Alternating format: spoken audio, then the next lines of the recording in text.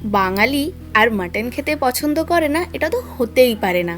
সামনেই তো ভাইফোঁটা, ঘরে ঘরে মাটন তো হবেই। তবে আপনারাও বাড়িতে আপনাদের প্রিয়জনদের এবং দাদা ভাইদের এইরকম দুর্দান্ত স্বাদের মাটন কষাটি তৈরি করে খাওয়ান। হলফ করে বলতে পারি, এর থেকে সুন্দর মাটন কষার রেসিপি কিন্তু আর নেই। একদম ঘরোয়া মশলা দিয়ে খুব সিম্পলভাবেই কিন্তু কড়াইতেই তৈরি করে নিতে পারবেন দুর্দান্ত স্বাদের মাটন কষা। তাহলে আর দেরি না করে এই রেসিপিটি চলুন দেখে নেওয়া যাক। নমস্কার, আমি মিলি আর আপনারা দেখছেন মিলিস লিটল কিচেন। আমাদের আজকের রেসিপি মাটন কষা। এখানে প্রথমেই দেখুন প্রায় 550 থেকে 600 গ্রাম মতন খাসির মাংস রয়েছে, সঙ্গে কিন্তু একটু চর্বিও রয়েছে। মাংসটা খুব ভালোভাবে পরিষ্কার করে এখানে রাখা আছে। এরপর মাংস ম্যারিনেশনের জন্য প্রথমেই দিয়ে দেবেন আদা, রসুন এবং কাঁচা লঙ্কা কুচি। এখানে মোটামুটি 2 চামচ মতন আদা, রসুন এবং কাঁচা লঙ্কা কুচি আমি দিয়ে দিয়েছি। এরপর 1 চামচ মতন লবণ দিয়ে দেবেন সামান্য একটু হলুদ গুঁড়ো, আর দিয়ে দেবেন বেশ খানিকটা শুকনো লঙ্কা গুঁড়ো। আপনারা যেমন ঝাল পছন্দ করেন সেই অনুযায়ী কিন্তু লঙ্কা গুঁড়োটা অ্যাড করবেন। এরপর সামান্য একটু জিরে গুঁড়ো আর ধনে গুঁড়ো কিন্তু এখানে দিয়ে দেবেন, আর দিয়ে দেবেন গোলমরিচ গুঁড়ো। এবার বেশ খানিকটা সর্ষের তেল দিয়ে কিন্তু মাংসটা ম্যারিনেট করে নিতে হবে। আমি এখানে মোটামুটি 2 থেকে 3 চামচ মতন সর্ষের তেল দিয়ে দিয়েছি। এবার এইভাবে হাতের সাহায্যে ভালোভাবে মাংসটা কিন্তু ম্যারিনেট করে নেবেন। এখানে ম্যারিনেশনের জন্য খুব বেশিক্ষণ রাখার কিন্তু প্রয়োজন নেই, মোটামুটি 10 থেকে 15 মিনিট রেস্টে রাখলেই কিন্তু যথেষ্ট। ব্যাস, আমাদের মাংস ম্যারিনেশন কমপ্লিট। এবার কড়াইতে দিয়ে দেবেন সর্ষের তেল। এখানে মোটামুটি 1.5 থেকে 2 চামচ মতন সর্ষের তেল আমি ব্যবহার করেছি। এরপর সামান্য একটু চিনি দিয়ে দেবেন, এতে কালারটা কিন্তু বেশ সুন্দর আসে। এরপর এখানে গোটা গরম মশলা দিয়ে দেবেন, তার মধ্যে রয়েছে 2 স্টিক দারচিনি, 2 এলাচ, 1 লবঙ্গ, সামান্য একটু জয়িত্রী, 2 শাহি গোলমরিচ। এরপর দিয়ে দেবেন 3 থেকে 4টে শুকনো লঙ্কা।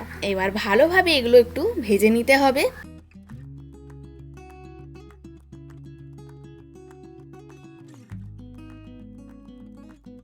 এই মশলাগুলো থেকে ফ্লেভারটা বেরিয়ে এলেই এখানে দিয়ে দেবেন পেঁয়াজ কুচি। একটি মিডিয়াম সাইজের পেঁয়াজ আমি ব্যবহার করেছি। আর দিয়ে দেবেন আদা কুচি এবং রসুনের কোয়া। মোটামুটি 1 থেকে 1.5 ইঞ্চি আদা ব্যবহার করেছি, আর এখানে 10 থেকে 15 কোয়া রসুন রয়েছে। আমরা মাংসতেও অলরেডি আদা এবং রসুন কিন্তু ব্যবহার করেছি। এরপর ভালোভাবে কিন্তু মশলাটা ভেজে নিতে হবে। এই মশলার মধ্যে অ্যাড করে দেবেন টমেটো কুচি। এখানে মোটামুটি একটি মিডিয়াম সাইজের টমেটো আমি ব্যবহার করেছি। এবার সমস্ত মশলাগুলো কিন্তু খুব ভালোভাবে ভেজে নিতে হবে। সামান্য একটু নুন এখানে অ্যাড করে দেবেন, দেখবেন পেঁয়াজ এবং টমেটো কিন্তু খুব ভালোভাবে গলে যাবে। দেখুন মশলাটা কিন্তু রেডি হয়ে গেছে। এটি অন্য একটি পাত্রে কিন্তু তুলে নেবেন।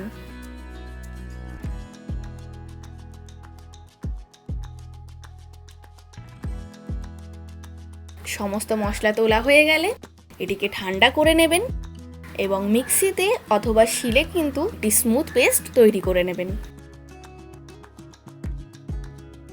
এরপর ওই কড়াইতেই আরও 1 থেকে 1.5 চামচ মতন সর্ষের তেল অ্যাড করে দেবেন। এরপর এখানে দিয়ে দেবেন তেজপাতা। এরপর আবারও দিয়ে দেবেন একটি মিডিয়াম সাইজের পেঁয়াজ কুচি। এবার এই পেঁয়াজটা কিন্তু খুব ভালোভাবে ভেজে নেবেন।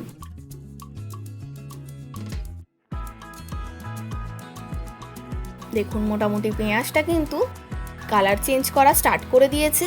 ঠিক এই সময় কিন্তু ম্যারিনেট করা মাটনটা এখানে অ্যাড করে দেবেন এবং ম্যারিনেশনের মশলাটাও কিন্তু এখানে দিয়ে দেবেন। এরপর হাই ফ্লেমে 5 থেকে 7 মিনিট কিন্তু ভালোভাবে মাটনটা কষিয়ে নিতে হবে। খেয়াল রাখবেন যেন মশলাগুলো পুড়ে না যায়। এবার খুব ভালোভাবে দেখুন মাটনটা কষিয়ে নেবেন।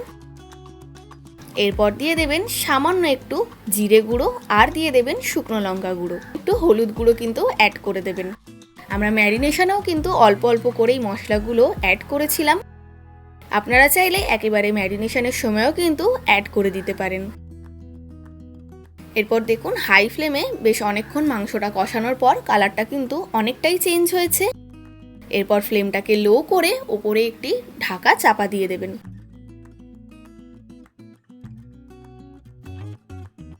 3 থেকে 5 মিনিট পর কিন্তু আবারও মাংসটা একটু কষিয়ে নেবেন।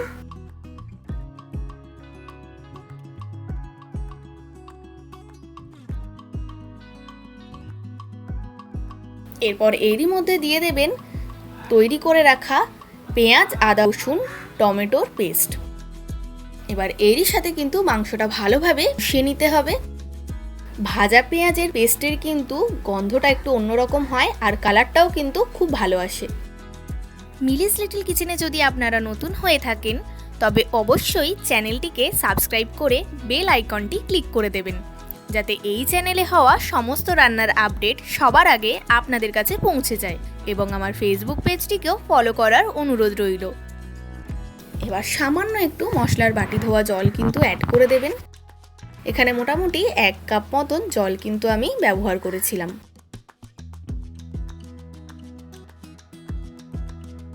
এরপর আবারও ঢাকা দিয়ে লো ফ্লেমে মিনিট 5 রেখে দেবেন। দেখুন কালারটা কিন্তু অনেকটাই চেঞ্জ হয়ে গেছে। এইভাবে ঢাকা দিয়ে দিয়ে কিন্তু 30 থেকে 45 মিনিট মতন আপনাদের রান্না করে নিতে হবে। তাহলে দেখবেন কড়াইতেই কিন্তু মাটন খুব ভালোভাবেই সেদ্ধ হয়ে গেছে। আবারও ভালোভাবে কষিয়ে নিয়ে ঢাকা দিয়ে দেবেন। আর যখনই কিন্তু ঢাকা দেবেন ফ্লেমটা কিন্তু একদম লো করে দেবেন। আর যখন ঢাকা তুলবেন তখন কিন্তু ফ্লেমটা একটু বাড়িয়ে নেবেন। দেখুন কি সুন্দর কালারটা এসছে। ঠিক এইভাবে কষাতে কষাতেই কিন্তু মাটন একদম রেডি হয়ে যাবে।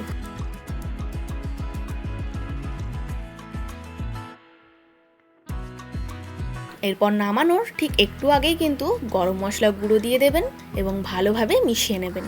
আমাদের মাটন কষা কিন্তু একদম রেডি।